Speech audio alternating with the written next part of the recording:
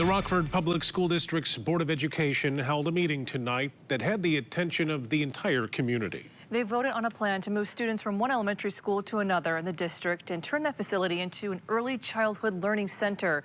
News 8's Duncan McLean was at the meeting and joins us live with the results of that vote. Duncan. Brian, Amber, after a presentation from the superintendent and a selected community member representing the group that stood against the implementation of this plan and hours of discussion and questions between board members, they voted tonight 4-3.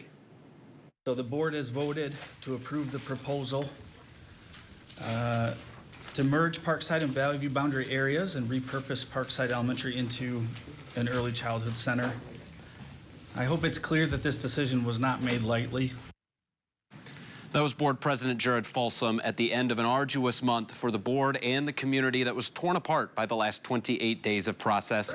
That process was one of the main focal points for the board members who voted against the proposal tonight and the community groups that campaigned against it, advocating that that process should have been longer, more diligent, and more involved.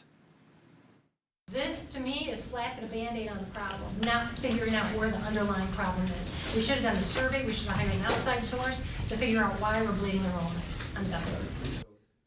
The superintendent of the district maintained that all other options were explored and that those who voted to approve acknowledged that the solution to fixing enrollment issues at Parkside is not ideal, but it's in the best interest of students there and across the Rockford district. They also added that this process was done by the book.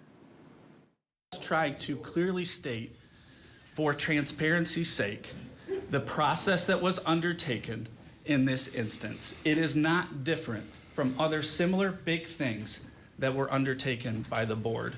Rams 12, elementary boundaries a year ago, hiring a superintendent and the like. So, following the vote, some members of the audience walked out in audible disgust. Others waited for their chance to make public comment at the conclusion of the meeting.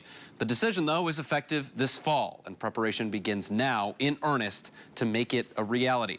There was also a strikingly similar vote scheduled tonight for the Grand Haven Public Schools Board of Education concerning the redistricting of students at Mary A. White Elementary, another beloved neighborhood school building in that district, to make way for consolidation of the district's early childhood options. Our most recent indication from that meeting is that it's still going on. They started at 7:30. They finished public comment about 20 minutes ago, and they're expecting a vote in the next half hour or so. Once that goes final, we'll let you know, likely on News 8 at 11.